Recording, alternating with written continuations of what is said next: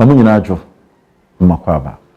Good evening, my people, my viewers, my lovers on all my social media platforms. We have an aim as a channel to bring to you beautiful informations across Africa. And this is why I am seated today. This is a one-man show. I'm taking time to explain to you why we do what we do on this channel. This is not a religious channel. We dive deeper into spirituality.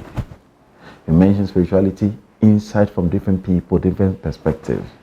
If you are a Christian, you have a link to spirituality. If you are a Muslim, you have a link to spirituality. No matter what kind you believe in or not, spirituality is everywhere and it is with you. So when you watch this channel, bear in mind that it is not based on the book you believe in, no. It is based on spirituality. You ask me, what is spirituality? Spirituality is different from your religion. Spirituality simply means that you, nature, and what nature can produce that you can't turn around. If you are a Muslim and you want to pass water, nature will force you to do that without the book or without the Quran. As a Christian, if you have feeling to make love to your wife or make love to your husband, no matter how holy you are, it will not stop your feelings. Remember, that is spirituality. What your understanding cannot explain. This is why different concepts are ruling this world. It is so crucial that we need to understand the spirituality around us, the basic signs and tokens that best explain the things, the environment around us. If you're watching this channel, we are here to give you more information about things like this. You've been hearing one thing for a long time. Either they are true or not, you don't know. So other people's views and comments and their understanding and their learnings will give you a better perspective of what you are learning. So if you're a Christian and somebody is not quoting the Bible, or somebody is really telling you what is not about the Bible or saying directly opposite what the Bible is saying, you should not be angry, but rather take clue from what the person is saying and learn better to understand your religion. If you're a Muslim and somebody doesn't believe your faith, and the person is saying something contrary to what you have, that doesn't mean that the person is an evil person. It's rather helping you to learn more. So anytime you come on this channel, put this in your mind that we are here to learn. We are here to learn from fetish priests, here to learn from pastors, we are here to learn from malams. Everybody that has something, a little form of spirituality to share, is given the opportunity. I'm making this a video with only one purpose: to get you closer to the channel, to understand this family we are in. I am in South Africa. This is my mandate. The mandate of the channel is to bring African spirituality to life. Who said Africans do not have a form of spirituality? Who said what we have, our fathers have, are different from what the white man is having? Spirituality, there is no line. It's just the understanding of things around you. So if the white man understands his home and nature and do the right things, nature will lift the white man up. If you're a black man, you also do the same thing, the same way, nature will also bless you. For example, the land around us carries a lot. For example, if I plant corn and I put fertilizer, which is not natural, I put fertilizer in the soil, this plant will soak this fertilizer and bring back fruit to me. I eat this fertilizer through the fruits or the corn. Therefore, anything you put in will play back to you. So to explain spirituality in detail, I want you to understand that it is only the things around that will help you understand what spirituality is. People say we are dreaming to see that we dreamt you saw this. This is happening around us. Please, that is not spirituality. Just understand the nature around you and you will believe that there is something. We started our journey from Ghana. We told you we were traveling across the length and breadth of Africa. Today, we are in South Africa. We left Ghana through Ethiopian Air to Addis Ababa, where we did our transit. Then from there, we flew straight to O.R. Tambo International Airport, formerly the Johannesburg International Airport in South Africa. Why do you have to travel this far? We came because there are things that people don't know about South Africa. And this evening I'm here to explain to you. Ever since I landed here, it's been a week. Spending Monday to Friday here tells you have gone to places. I've been to Joburg, I've been to Pretoria, and quite a number of places. The little I've seen is what I'm telling you. Africans has a lot to learn from South Africa. Wherever you find yourself in Africa, if it is not South Africa, there is something you have to learn about South Africa. Yes, their infrastructure, I've not seen it anywhere in the world. They have beautiful infrastructure, especially roads. I'll compare this to most of the African countries. Some are doing well, mentioning the Egypt, the Morocco. Some few countries are doing well in infrastructure, but others are really going down. There is so much. They have a beautiful road marks, road infrastructure. You can drive for as well as 6 hours non-stop on an N1. I'm talking about 3-4 lanes back to back. If you get to the cities, it is just beautiful. That is one thing I'll talk about. Leaving that, I saw this in South Africa, and I think Africa must learn about it. What is it? The first thing I saw was their transport system.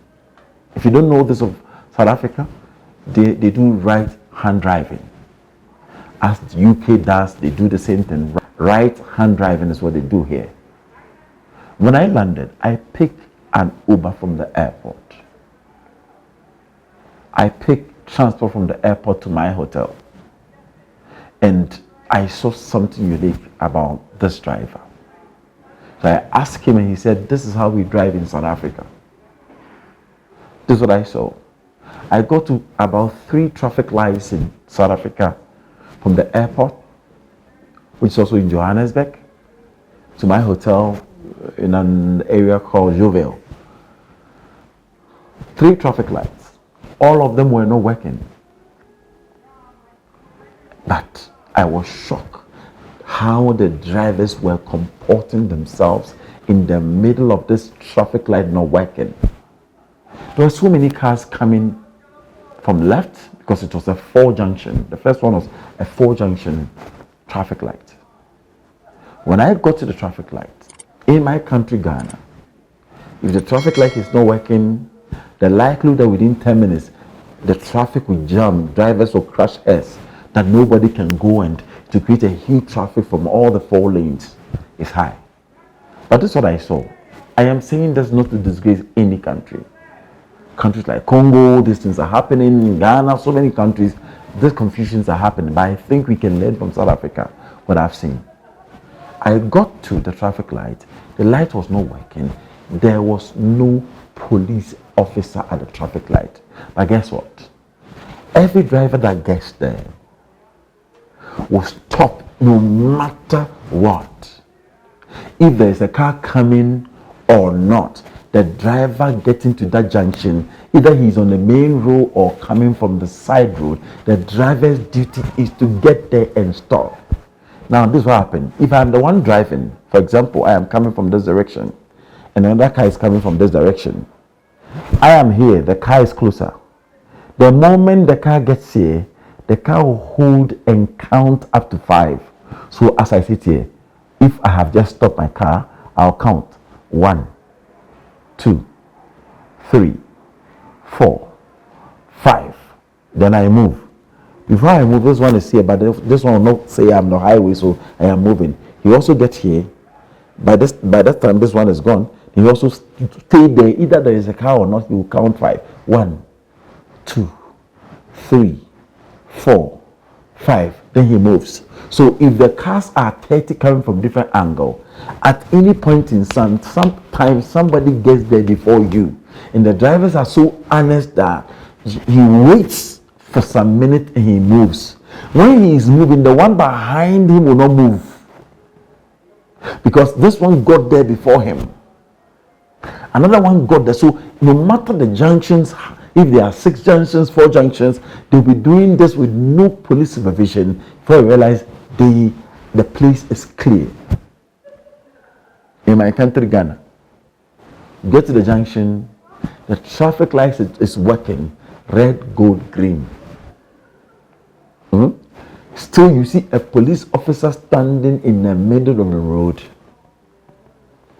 He's directing the traffic light, which is already working. Because people can jump and jump and jump. I want all of us as drivers, pedestrians on the road, understand this concept that we don't need the traffic light before traffic can flow. It's a matter of having the patience to wait for another person to pass.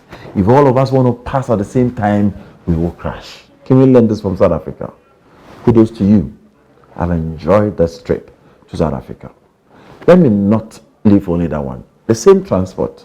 There are bus lanes in some of the provinces and there are normal car lanes. You will not see any car driving on the bus lane. Shocking, eh?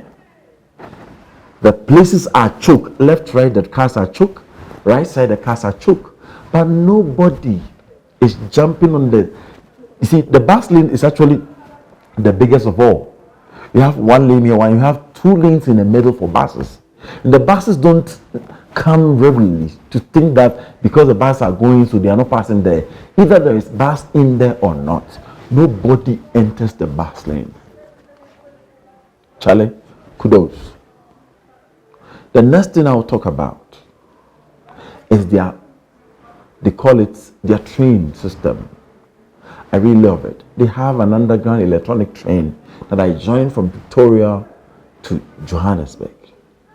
And I really love the way the system works. I got there, got my card, used the card to enter the train.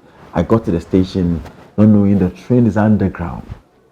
So you enter and come out before you realize that you are even in a city. You will not even realize where you are.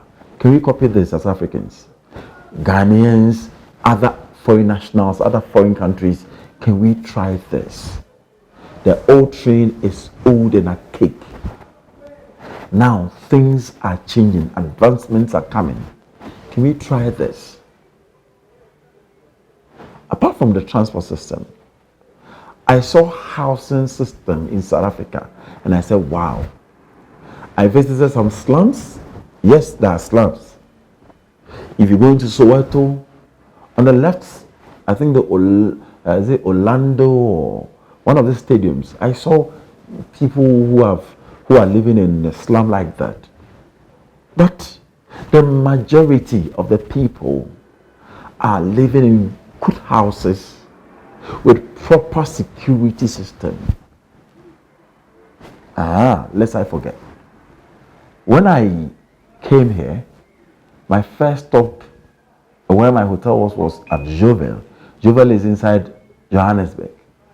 And I was not happy with the area because I saw a lot of filth around the area. I saw insecurity here and there. People were telling me, here it's very risky. Don't step out at night and all that. What really proved that to me was the kind of security. Even if you're living in a particular mansion or a building, hear me, the security there is super. You can't enter without your card or your key. I'm talking about an electronic system where you show your either your thumb or the card given to you to that electronic system for the door to open for one person.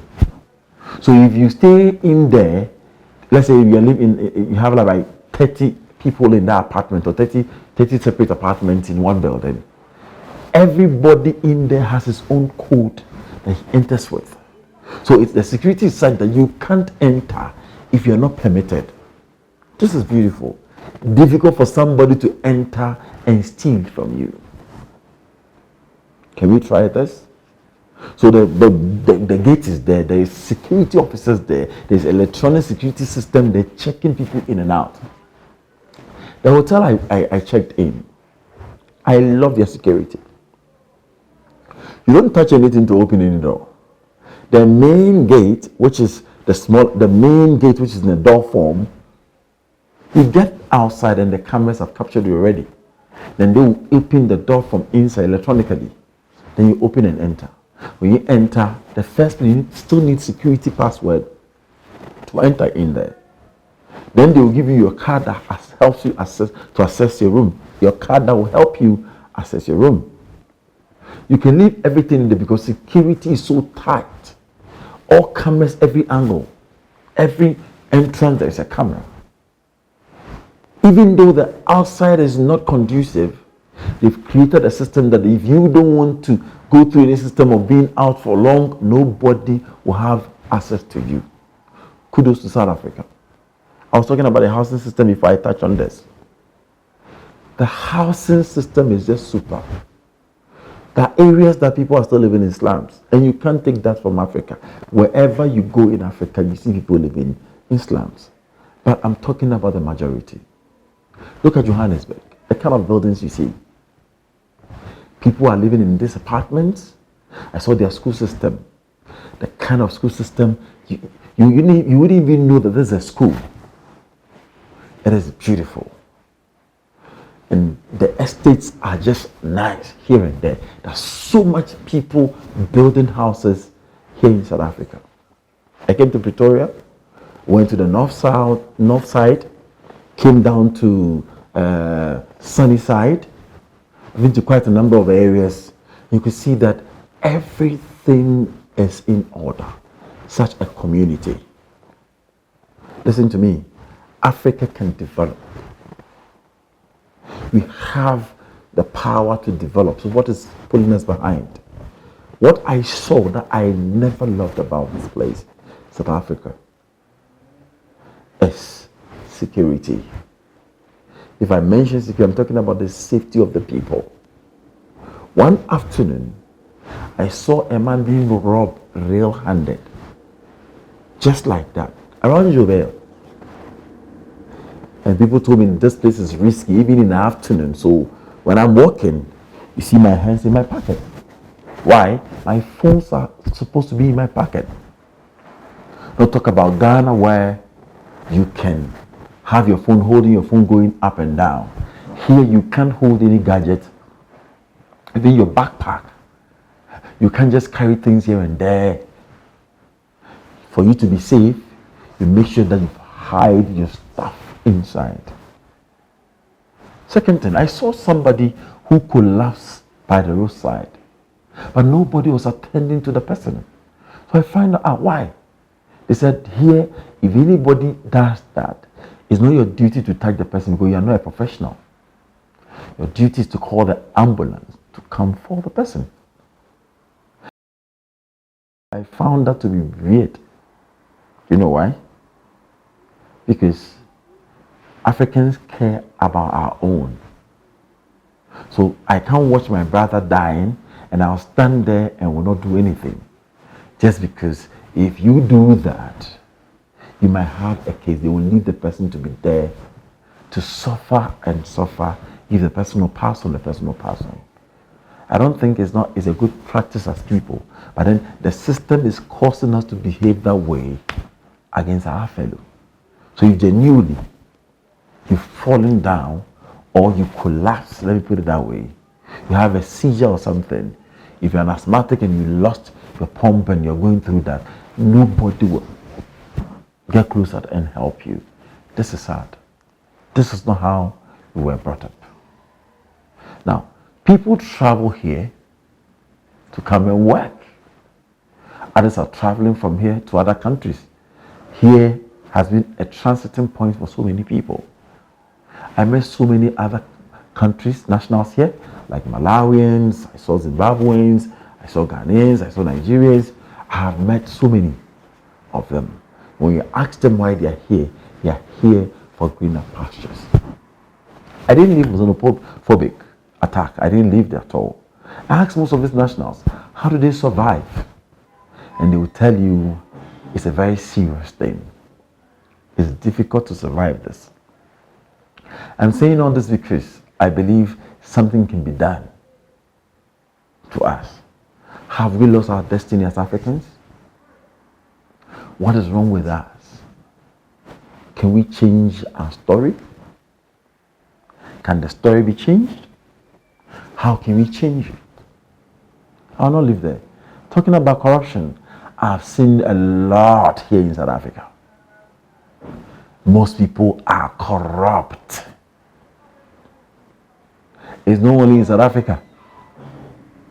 The continent of Africa, the corruption is too much. The systems here in South Africa is working. I could see a lot of corruptions in and out. Where people collect other people's money in the name of trying to do something when the thing will never get done. The systems left by the white, the structures were perfect. But we as a people, are we ready to take care of what was left for us? I saw that South Africans have done a lot to upgrade what the white one left. Yes. But corruption is not permitting us to get to where we are supposed to get to. See what I'm wearing? This means that I'm from the Zulu tribe. Every tribe in Africa has a part to play in development. And now, our traditions are no more important to us. Can we go back and start building ourselves as Africans? Because the Africa that do not steal, the African that do not kill, the African that do not despise the other, the Africans that open the arms and receive the other, is not what I'm seeing again. I'm seeing selfishness. Now we have become selfish. Each one for himself. Nature for us all. Is that how we were brought up? I got to Soweto. I saw very young boys, young girls smoking. What is happening? I asked them, don't you go to school? And they said, today they are not doing anything in school. A boy as young as 12 smoking. I was even told, if you're not careful, you're holding something. This small boy can hold a knife against you and collect the thing. What is happening?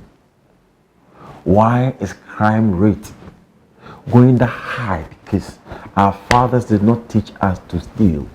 Our fathers never taught us to be wicked to our brothers. What is happening to our motherland, Africa? Hear me. This is the time for Africa to unite. This is the time for Africa to wake up from our sleep. We can. Yes. The problem we have is selfishness and corruption. Everybody wants the thing to his direction. We can't survive.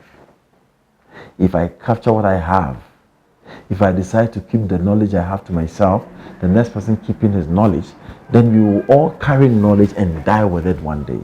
But if we open our hands and come together as one people and begin to do what will help the society, that will be super. The Africa that we are looking for.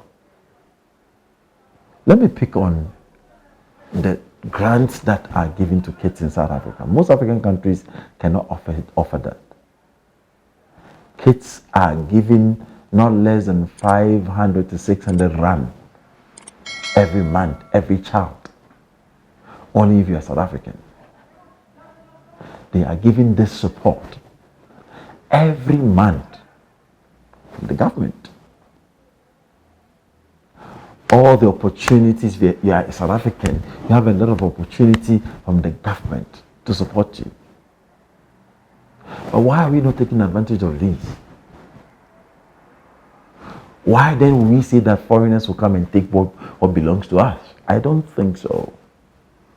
What I believe is that if a foreigner who have little advantage from the government or little support from the government can still make it in South Africa, my fellow Africans, we can make it. If you're South African, wake up. Seize the 80% opportunities that is given to you as a South African. Going to school for free, taking education serious, building yourself to the top, and making sure that you become somebody in future. For example, if I have 20% opportunities in South Africa and I'm making it, then if you are a South African and you've been given 80% support, you can do exploit. Africa is not a lazy continent. One sad thing, most people that travel from other countries to South Africa, most of them are now tending to become drug addicts. I saw so many people by the roadside drinking, smoking. I know here, smoking is allowed on the street, not about, unlike Ghana, where you can't smoke in a public place. But here, it is permitted. Even ganja is permitted to be smoked. So, people are taking advantage of this and they are killing themselves. I saw people injecting themselves by the roadside with all sorts of chemicals. Drug addicts by the roadside. You see, you don't see any white man in this situation in South Africa. My fellow Africans, we don't decide our fate by smoking and drinking. It is by sitting down and thinking, beginning to think about how we can improve Africa. How many can you drink? How many smokes? And what would that cost you? Remember, every action comes with a reaction. So many, everywhere I've been to, I saw them. Today I saw somebody by the roadside who has drunk alcohol to the extent that he can't even walk. I met people who are holding cigarettes, who are down. If you look at them, you can't look at them twice. It is sad for our continent. People are doing stuff like that in America, in some other countries. But hear me, look at their system. Are we having the same system here? No. My channel here is to bring to you things that we can change. So I've done a lot of interviews. I want to take my time and take you through them one after the other. Take your time and watch this channel. There's so much to share. I met a Ghanaian community and they told me a lot how some were able to travel down here, even by cars, going to Nigeria, moving down to South Africa. Not a small journey, but then they came because they were here to look for greener pastures. I will not only stop there. We're talking about spirituality from another point of view. There is something that we are missing. Our fathers will cause you to do the right thing without any book. Our fathers will direct you, instruct you as a child to become a responsible man in the future. Not anymore. What is happening to us? Why have we lost our parenting style?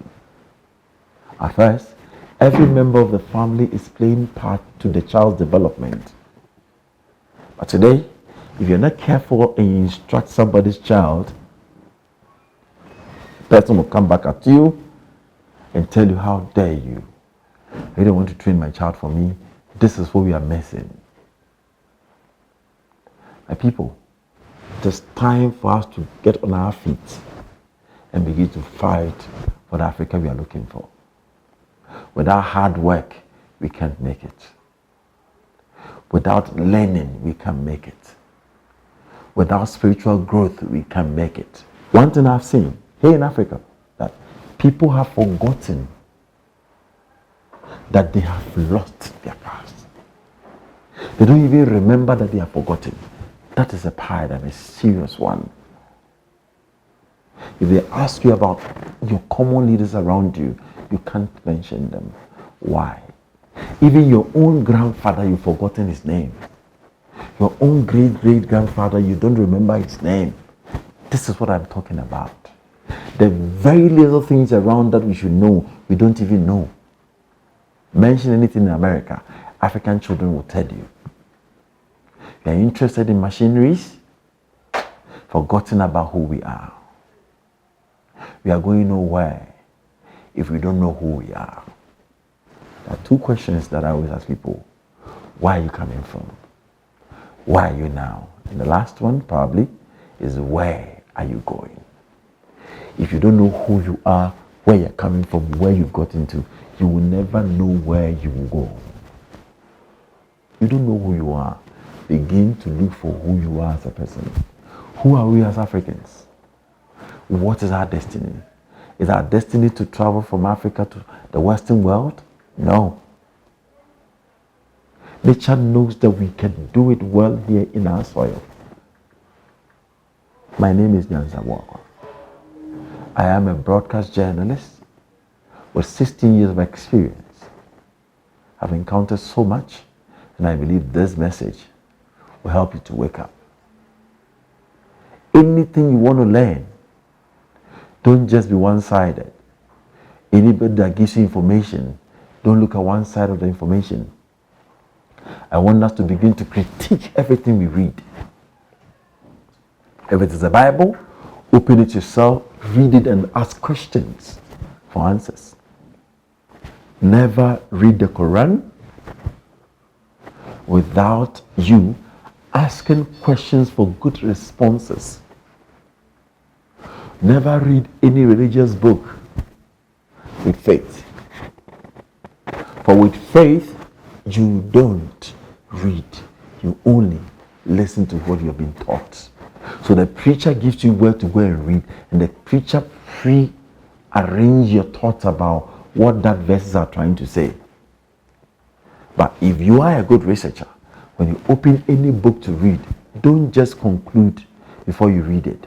Read it with open-mindedness and begin to ask questions. This will help you understand if the book is helping you or not. If it is the Quran, read it the same way. Never read any book with faith. If you do that, you have failed. Ask questions and let the book give you responses. If it's the Bible, any quote, critique it. That is who we are. Until you believe and trust and keep on moving with it, critique everything you read. Number two, begin to train your children the way they should go. Understand who they are. This is a channel of hope. We are not doing what we are doing because we want numbers for money on YouTube. No. We are doing it because the informations are so critical to our motherland. I wouldn't fly all the way from Ghana to South Africa for nothing. I will come and do the right interviews for you to hear. From here, you'll move to other African countries and know what they carry I thank you very much for joining my channel. Remember to share this channel. Remember to subscribe. Remember to comment. Ask questions. Remember to get other people on this channel. We have Africa at heart. Yes, wherever you are in the diaspora, we want Africa to be a better place. Because the nature has positioned us so well that every good thing is here. We need a man to reorganize what we have for a better Africa. The men out there, the doctors in the diaspora, the engineers there, the scientists there, the neurosurgeons there, this is your soil. The knowledge you've acquired for all these years, as a white man came down to come and acquire knowledge to build his city that we are enjoying, we've also been there. Let's bring back home the knowledge we've acquired to build a better Africa. I'm the son of the soil of Africa from my motherland, Ghana. Nyansatv is a channel for all of us. I love you so much. for joining this channel. This is the first time I'm doing something like this for my very self. I know who I am. I'm sent for this time. I'm sent to give you this information at this time. I'm sent to look for the truth and bring it out. I am sent for you to hear the right things you're supposed to hear on this channel, so that you can also wake up. Africa, there is a wave. Let's not break that wave. Africa, there is a wave, and that wave is a wave of awakening. You've been sleeping for far too long. Let's wake up. Tell your brother, wake up, my brother. Repeat to another person, wake up. If the person is sleeping, tell the person, wake up. I know some of the people are struggling. Some of them are snoring. Some Africans are not just sleeping, they are snoring. If we are snoring, then somebody must tap us and tell us, my brother, wake up. The motherland is crying for strong men who are ready to speak. Don't keep quiet. Every knowledge you have, this is the time to bring it to bear. I am a journalist. My duty is to research. My duty is to bring information. So I'm doing my part. What are you doing as a driver? What are you adding to the continent? What are you doing to help us? You have the gift of healing. What are you doing to Mother Africa? Bring it on board. Let us feel the spirit of Africa in what you do. Thank you for watching. You can subscribe, share our page, and join us. The last but not the least, remember, everywhere you invite us in the world, they are ready to come. Everywhere you are in the world, they have a message about the continent of Africa that you want people to hear. Don't hesitate. Call our contacts. If you are a spiritualist, African traditional believer, you are a king who has so much history to share, don't keep quiet. Talk to us. We will come and get your message to the people. I was well welcomed by the Zulu tribe, so thank you very much.